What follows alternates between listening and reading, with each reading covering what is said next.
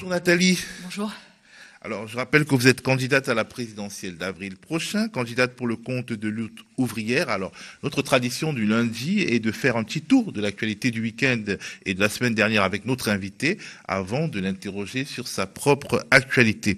On va commencer par une actualité qui vous concerne à double titre, vu que vous êtes militante politique, candidate à la présidentielle et enseignante. C'est la grève de l'école publique, des enseignants, des personnels et même des parents d'élèves qui a eu lieu jeudi dernier. Notre journaliste Gémile y était pour le compte de sa chaîne à lui, Gémile Chose à vous dire, à laquelle vous pouvez vous abonner.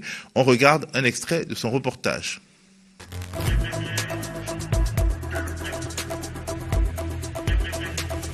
Quand on entend depuis 4 ans ou plus le mot bienveillance dans la bouche de notre ministre, on se demande à qui s'adresse cette bienveillance parce que nous n'en récoltons que le mépris. Ce qui me pose le plus problème actuellement, c'est le décalage entre les annonces dans les médias et la réalité sur le terrain, dans les classes, dans les écoles. Voilà. Donc je pense qu'à force, oui, j'espère, ces mensonges lui reviendront au visage. C'est-à-dire que par voie de presse, il dénigre ses enseignants, il parle d'absentéisme quand nous sommes malades du Covid, il nous dit que nous désorganisons en manifestant aujourd'hui, il fait toutes ces annonces par voie de presse, nous ne sommes jamais informés en amont des protocoles en cours. Concrètement, nous n'avons pas de masque. Donc moi, j'ai eu 2 fois 5 masques en tissu depuis 2 ans. Je n'ai pas de capteur de CO2 dans les classes. Je dois assurer un travail en présentiel, en distanciel. C'est des heures infinies du matin au soir jusqu'à 21h. Je réponds à des emails le soir, la nuit, le week-end, pendant les vacances. C'est ce que j'appelle le mépris, quand on n'a aucune considération pour ces personnels et qu'on ment aux familles et à ces personnels en leur disant que les écoles restent ouvertes pour les élèves, alors qu'en fait elles le restent pour l'économie. Ce que nous pouvons comprendre. Nous pouvons le comprendre, mais dans ce cas-là, on affiche la couleur et on parle d'une grande garderie nationale. J'ai eu le Covid, j'ai fait mon distanciel, j'ai répondu aux parents. Enfin, on n'en peut plus, on est épuisé. Et M. Blanquer nous méprise dans les médias et ça s'est empiré avec le gouvernement actuel. Et là, le Covid a fait éclater le manque de moyens. Nathalie Arthaud, je rappelle à ceux qui viennent d'arriver devant leur écran que vous êtes donc candidate LO Lutte ouvrière à la présidentielle qui vient d'avril et vous êtes aussi enseignante, prof d'économie, je crois. D'économie-gestion, oui. Je suppose que vous étiez dans la rue jeudi. Oui, bien sûr, et je pense que ce mouvement dépassait très largement la question du protocole en fait. C'est en effet l'expression d'un ras-le-bol plus général. C'est une réaction contre. Le mépris a été beaucoup exprimé là, le sentiment d'être méprisé, mais c'est effectivement cela, c'est-à-dire qu'on en a marre d'être commandé en dépit du bon sens. Et puis je pense que c'est ce qui se passe quand même dans beaucoup d'entreprises, c'est-à-dire que c'est des ordres qui tombent d'en haut, qui sont absolument impossibles à mettre en place et qui toujours cette façon-là hiérarchique et de décider, alors même que ce sont ceux quand même qui font le travail.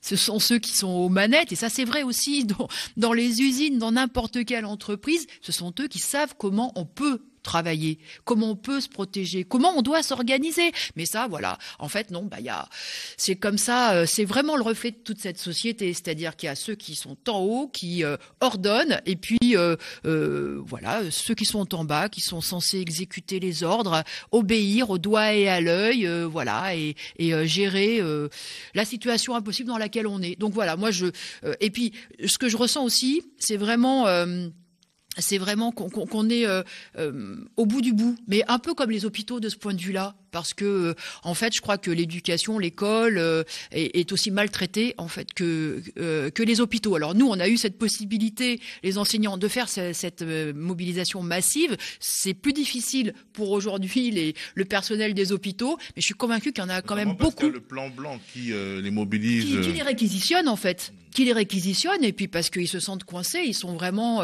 indispensables au chevet des gens qui sont malades, des programmes, etc. Donc en fait, il y a toute une colère rentrée qui a du mal à sortir. Bon, mais je crois que c'est cet ensemble-là qui s'exprime. Et moi, ce que j'espère, je sais que jeudi, il y a une nouvelle journée dans l'éducation, mais que le 27 janvier, il y a aussi un appel pour les salaires, parce qu'il y a la question des salaires. Hein. Quand on parle de manque de reconnaissance et de mépris, il y a aussi cette question-là qui est posée dans tous les secteurs. Hein.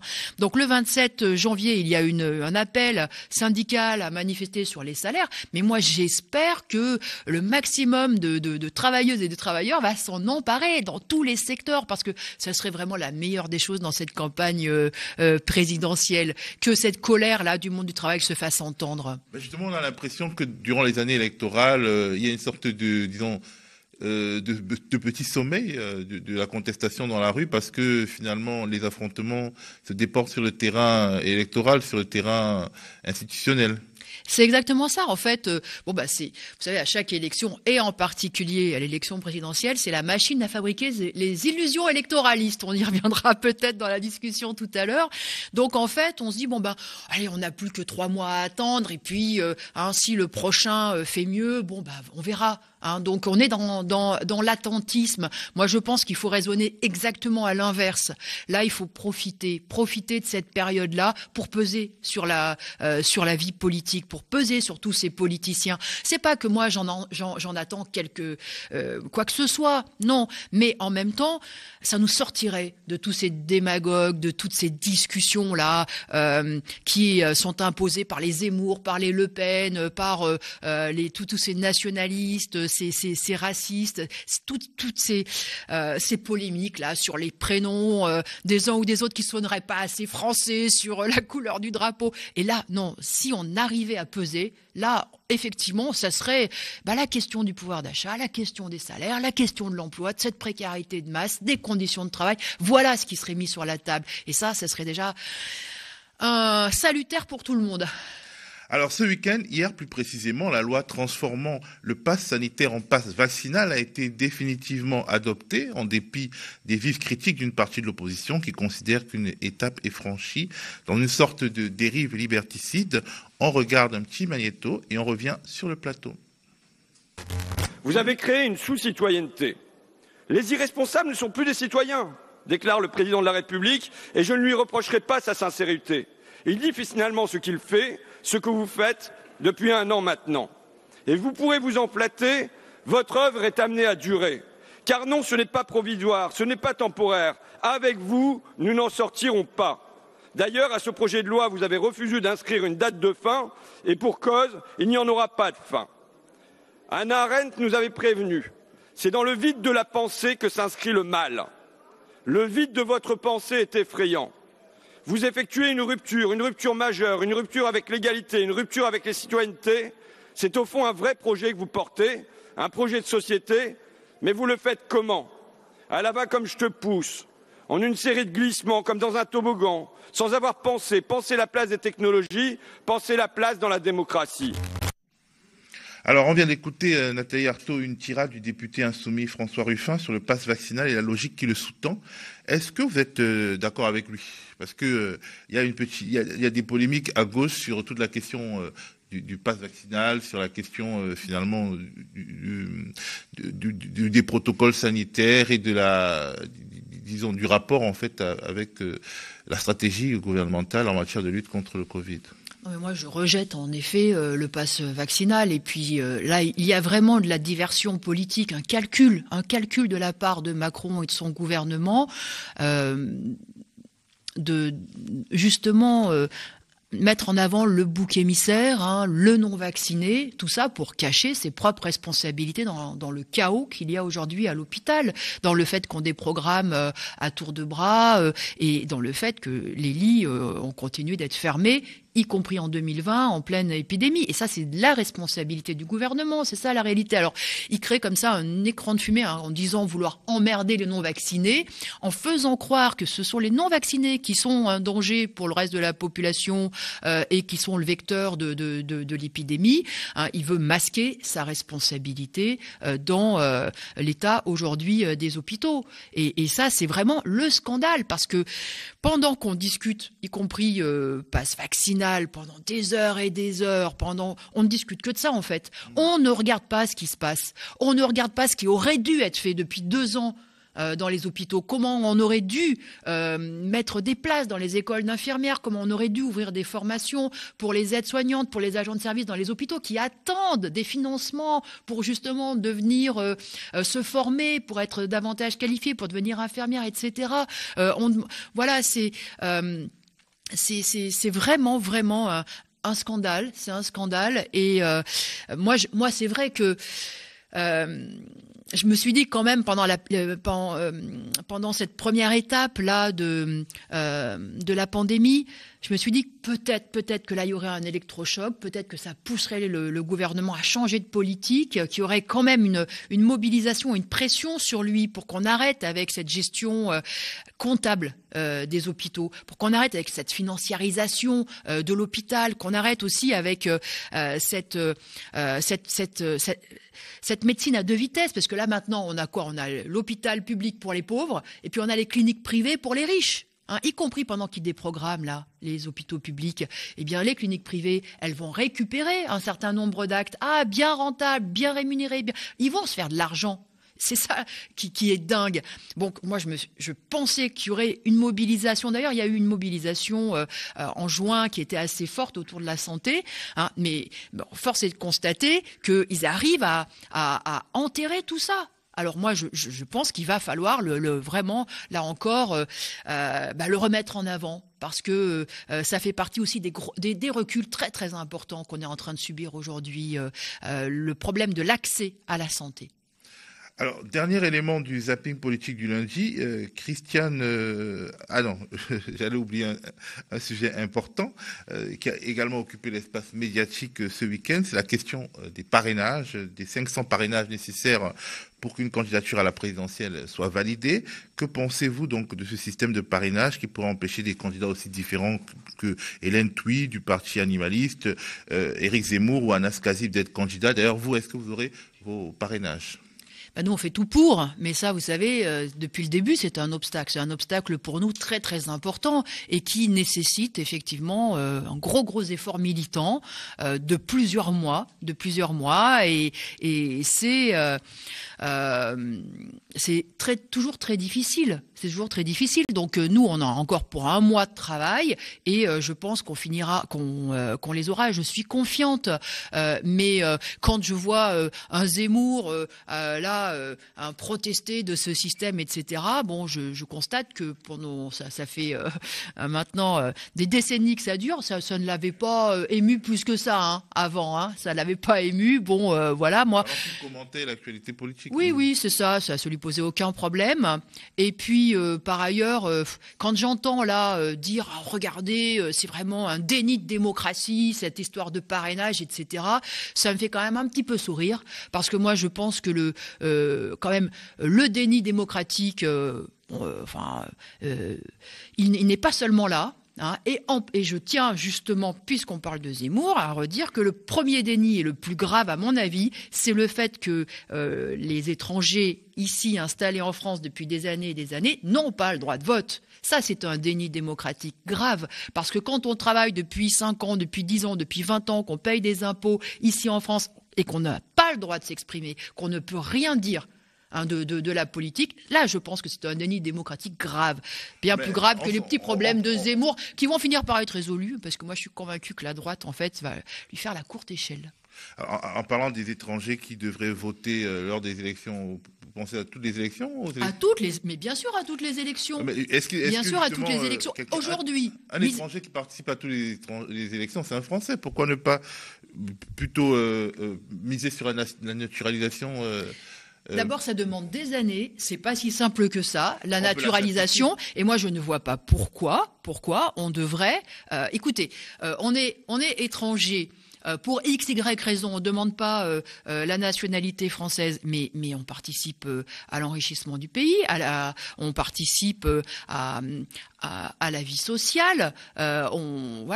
Et je pense même qu'un certain nombre de travailleuses et de travailleurs étrangers sont essentiels et on les a vus d'ailleurs pendant l'épidémie, parce que qui travaille dans les associations, les entreprises, entreprises d'aide à domicile par exemple, d'auxiliaires de vie, qui tient les hôpitaux, qui fait que le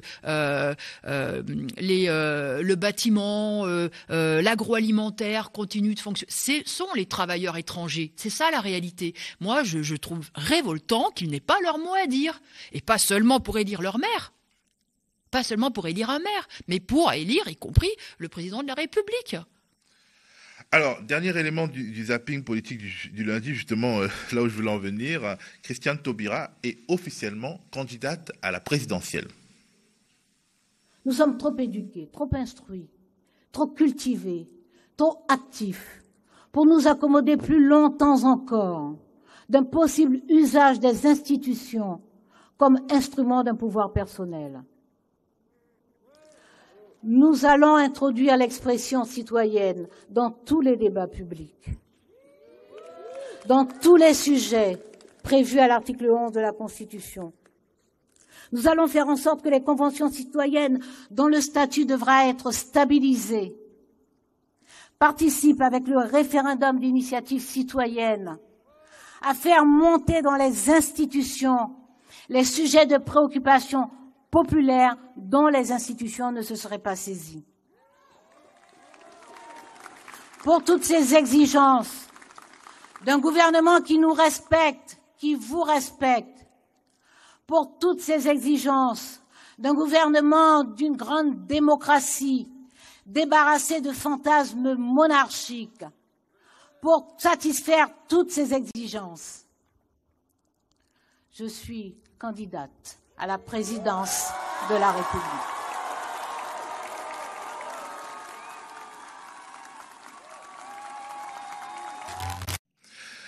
Alors, Nathalie Arthaud, candidate lutte ouvrière à la présidentielle de 2022, quel regard portez-vous sur la candidature de Christiane Taubira et sur la primaire populaire à laquelle elle a choisi de se soumettre?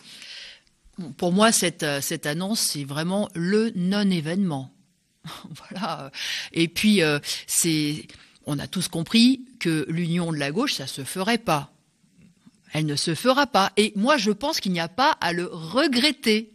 Moi, je pense qu'il n'y a pas à la regretter parce que une union de la gauche, pourquoi? Pour élire un autre Mitterrand, un autre Jospin, un autre Hollande, c'est ça? Moi, j'ai quand même bien en tête que tous ces gouvernements socialistes qui ont été finalement l'aboutissement d'une union de la gauche, d'une façon ou d'une autre, au moins au deuxième tour, ils ont cogné aussi fort sur le monde du travail que la droite. Ça a été, tenez, on discutait des hôpitaux, la suppression de lits dans les hôpitaux. Ça a été aussi le recul des droits à la retraite. Ça a été l'acceptation des fermetures d'entreprises dans tous les sens, la résignation, ça a été des paillassons pour le grand patronat. Ça a été, il y a eu beaucoup de colère dans la manifestation des enseignants contre Anne Hidalgo. Et en particulier par rapport à sa proposition de doubler le salaire des enseignants, qu'elle avait lancé en début de campagne pour faire le buzz. Beaucoup de colère parce que quand la gauche a été au pouvoir, ils ont bloqué le point d'indice, ils ont bloqué les salaires dans la fonction publique et pour les enseignants. Donc tout ça, vous voyez, c'est dans les mémoires tout ça. Bien sûr, il y a eu le recul du Code du travail. Donc en fait, la gauche au pouvoir, elle a gouverné comme la droite, elle a été ennemie du monde du travail. Avec différence avec la droite, c'est l'hypocrisie. C'est l'hypocrisie du moment de la campagne. C'est d'entendre un Hollande dire « mon ennemi, c'est la finance ». Et puis lui dérouler le tapis rouge après. Mais vous savez, Mitterrand, il avait fait beaucoup mieux. Mitterrand, dont Jean-Luc Mélenchon est un grand admirateur, qui avait effectivement fait campagne en 81 sur la rupture avec le capitalisme. Voilà. Eh bien, Mitterrand, ça a été un de ceux qui a fait prospérer la bourse.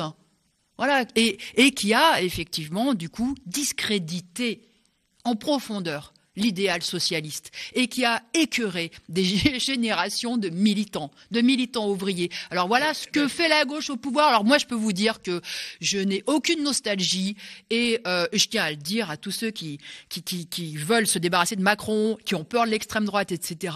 J'ai envie de leur dire, il faut pas chercher de bons présidents de la République, il n'y en aura pas pour nous. Il n'y en aura pas pour nous.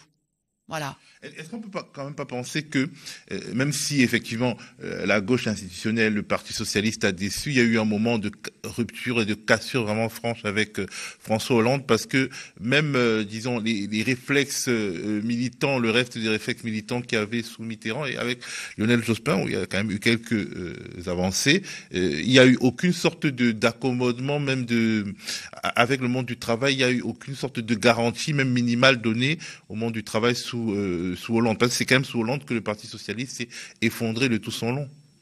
Ah non, en fait, l'effondrement d'abord du Parti socialiste et avec son aile la plus implantée, enfin l'aile la plus implantée dans le monde du travail, dans les classes populaires, c'était le Parti communiste.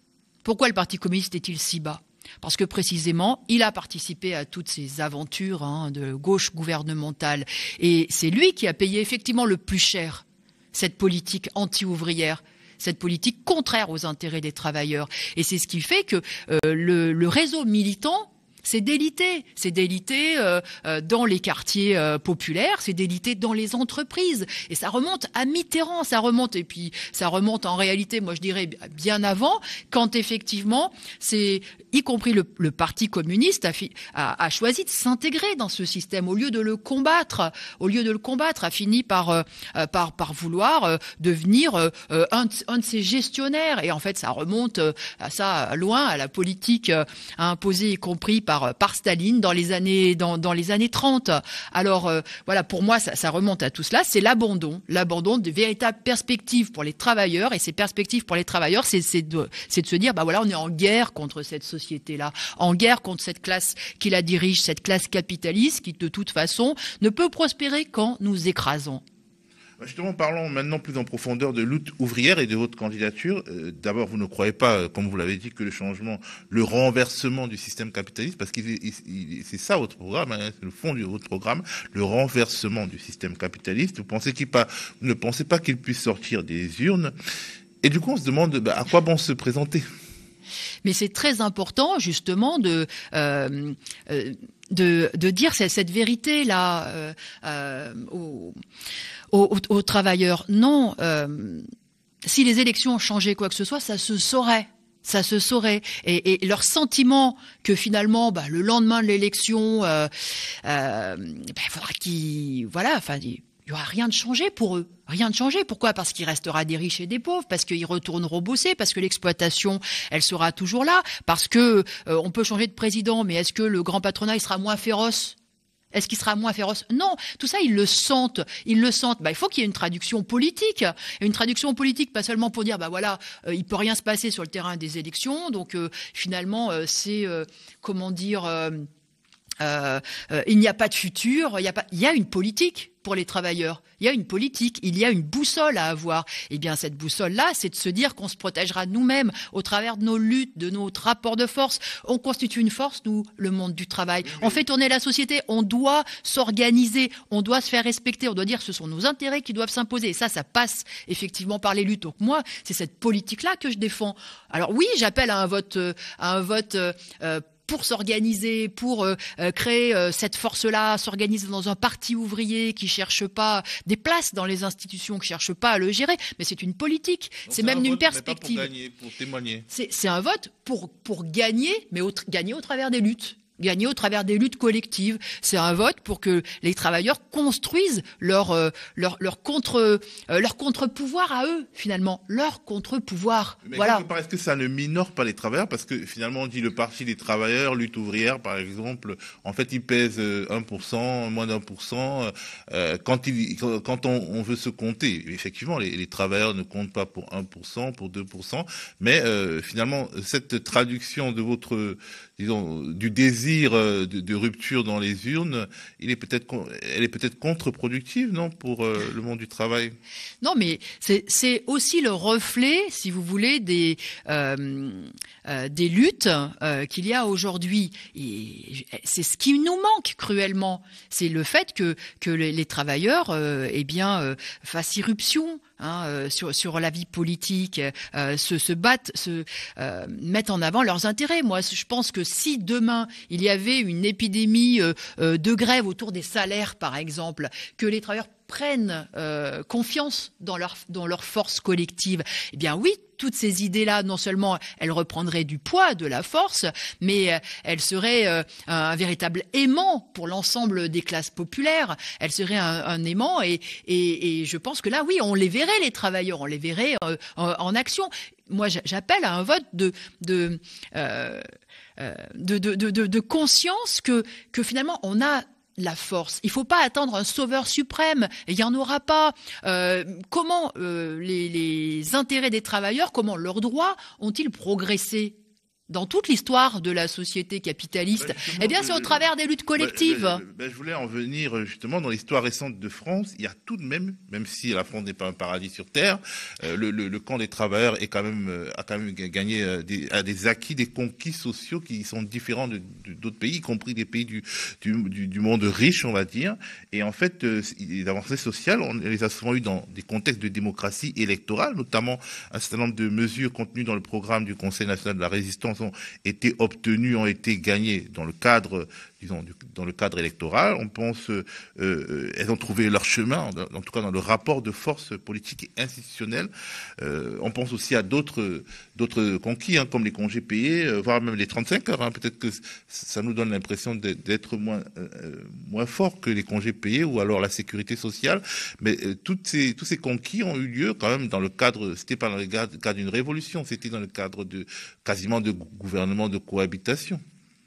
Non, moi, d'abord, les mesures ont été prises autant par des gouvernements de droite et même très réactionnaires, je pense à De Gaulle, que dans des gouvernements de gauche. Pourquoi ? Parce qu'en fait, ça n'a pas été porté par les urnes, ça a été porté par des grèves, par des mobilisations, par justement la force que représentaient les travailleurs, cette capacité justement à peser, à se faire craindre. Et c'est cela qu'il faut retrouver. Vous savez, on parle des salaires, d'une augmentation de 30% sur les salaires. Eh bien, 30% sur les salaires, ça a été mai 68. Mai 68. C'est-à-dire une grève générale, massive, qui a permis aux travailleurs de se faire craindre. Et là, les patrons ont accouru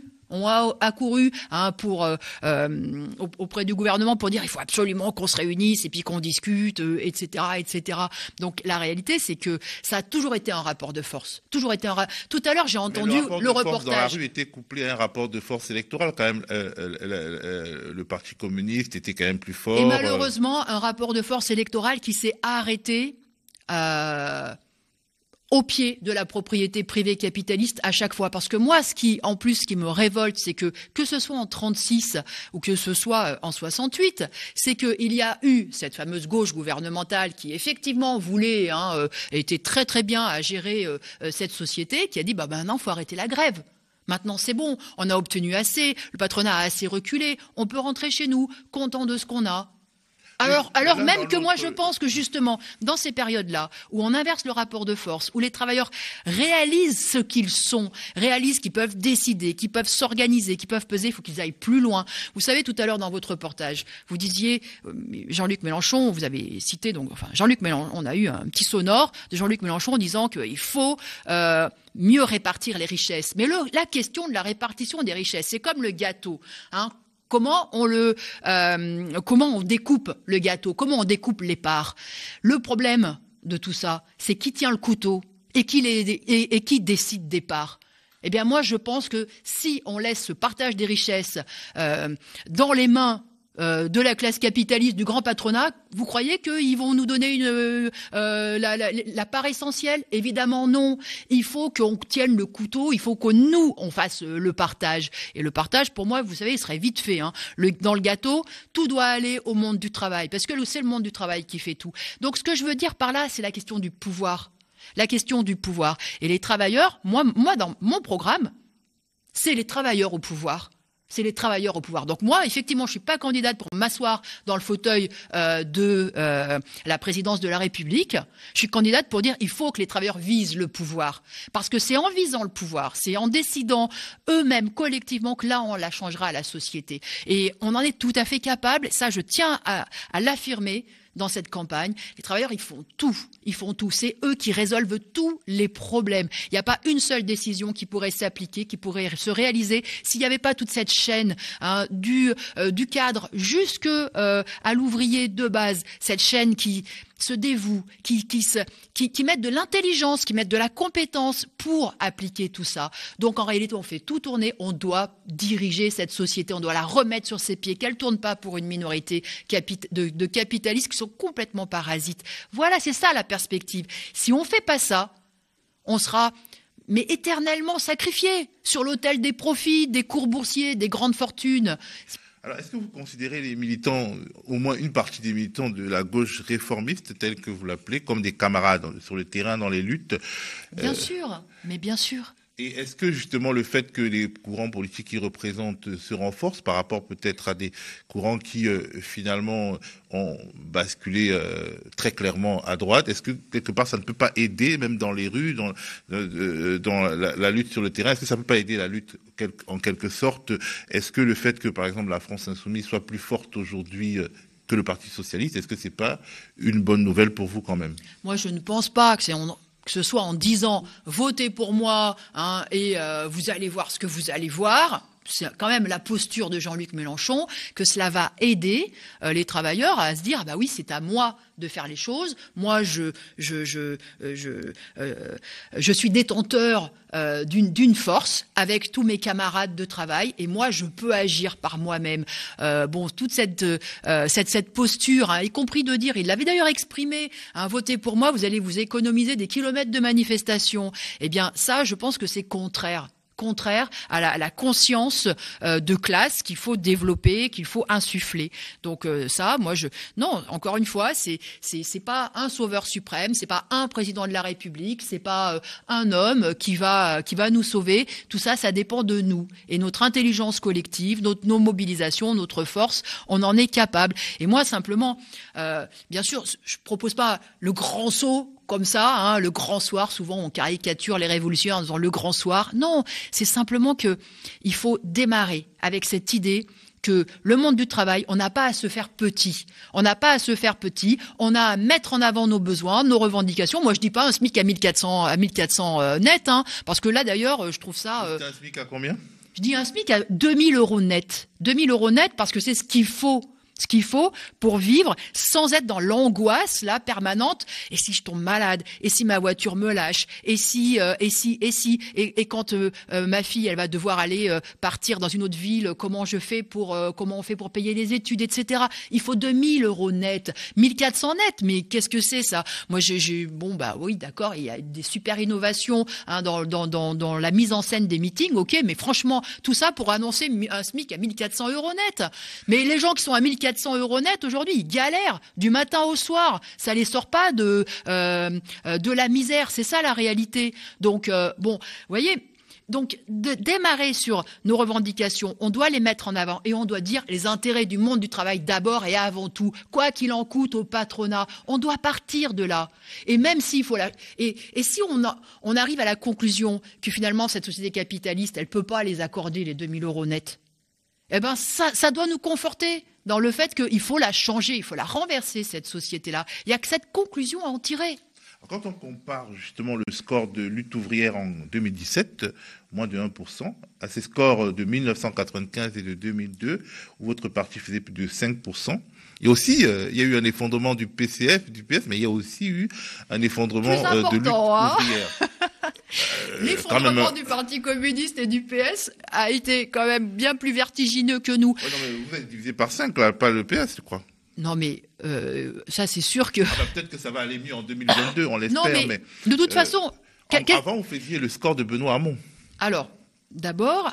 Avant 95, il y en a eu bien d'autres, des élections où on ne faisait pas autant. En 95, il s'est produit effectivement, justement, une remontée de confiance dans le monde du travail qui s'est exprimée sur le vote d'Arlette Laguiller et qui s'est exprimée Ensuite, souvenez-vous, dans une grande mobilisation, parce que 95, ça a été une des dernières grandes grèves importantes qui a touché le pays, qui a mobilisé des centaines de milliers de travailleurs. C'était contre le plan Juppé. D'ailleurs, il l'a remballé. C'était encore une fois une attaque sur les retraites et sur la sécurité sociale. Il a dû remballer. Moi, effectivement, nous, le score de 95, bon, on l'a en tête, hein. Et d'ailleurs, en 2002, il y a eu encore un score important, plus de 5% pour Arlette Laguiller. Mais c'était le reflet aussi d'un changement d'état d'esprit dans le monde du travail et dans les classes populaires. Donc effectivement, nos scores électoraux, ils sont aussi fonction de cela. Ça va, ça vient. Mais moi, je peux vous dire que les idées que je défends, quel que soit leur poids dans les urnes, je sais qu'elles comptent ô combien pour tous ceux qui cherchent à se défendre au jour le jour, dans les entreprises, dans les quartiers populaires. Elles comptent, elles leur donnent du courage, elles les aident. Et moi, je pense que c'est le plus important. C'est le plus important qui soit. Après, si vous voulez, le mécanisme électoral, on le connaît bien, hein. C'est le mécanisme du vote utile dont peut même mettre victime Jean-Luc Mélenchon demain. Alors, est-ce que, donc ce sera la dernière question, il y aura 3 en fait candidatures de votre tendance politique, c'est-à-dire les trotskistes en 2022, vous, donc Lutte ouvrière, le NPA, ancienne LCR, et Anas Kazib qui est lui-même issu du NPA. Pourquoi cette diversité? Qu'est-ce qui vous distingue en 2 mots? Vous voyez, voilà, nous on est pluralistes. Non, mais écoutez, d'abord, s'il y a 3 candidats communistes révolutionnaires, moi je dirais tant mieux. Plus on est, mieux c'est. Voilà, parce que on aura 3 fois la parole, 3 fois la possibilité de dénoncer cette société capitaliste, l'impasse dans laquelle elle nous plonge, pas seulement l'impasse dans laquelle elle plonge le monde ouvrier, les classes populaires, mais dans laquelle elle nous plonge à tous les niveaux, hein, au niveau de la crise climatique, au niveau des tensions internationales, des rivalités, des menaces de guerre, du sous-développement. Voilà, on sera 3 à le dire, ça sera très bien. Maintenant, oui, on a 3 voix, parce que justement, il y a des différences. Il y a des différences et il n'y a aucune raison qu'on les taise ou qu'on s'auto-censure, hein, puisque dans cette élection, de toute façon, ni les uns ni les autres ne peut imaginer être élu. Donc, écoutez, et nous, on est contre les mariages forcés d'ailleurs, hein, à Lutte ouvrière. Donc, pour moi, il n'y a pas de problème et c'est toute notre histoire. Bon, alors... Moi, je dirais, pour faire vite, hein, une des différences qu'on a avec le NPA, Lutte ouvrière, c'est qu'en effet, nous voulons nous concentrer vers les entreprises, vers le monde du travail et construire un parti implanté dans la classe ouvrière. Non pas qu'on ne s'intéresse que à la condition ouvrière et à l'exploitation, mais parce qu'on pense que le levier, la force révolutionnaire est là pour changer la société. Encore une fois, je pense que les travailleurs, dans leur combat quotidien, pour leur beefsteak, hein, j'ai envie de dire, ils sont confrontés à la classe capitaliste, ils sont confrontés à cette course au profit, et justement, ils sont capables de la renverser, ils sont capables de renverser la classe capitaliste et de la remplacer au pouvoir. À partir du lieu de travail. Oui, à partir du lieu du travail, effectivement, et de reconstruire, y compris un autre État, un État et un gouvernement des travailleurs à partir de là. Donc pour nous, c'est le fer de lance, la classe ouvrière, du combat qu'il y a à mener et du combat pour changer la société et offrir un avenir à l'humanité. Merci beaucoup Nathalie Arthaud d'être venue à la matinale du Média TV. Nous allons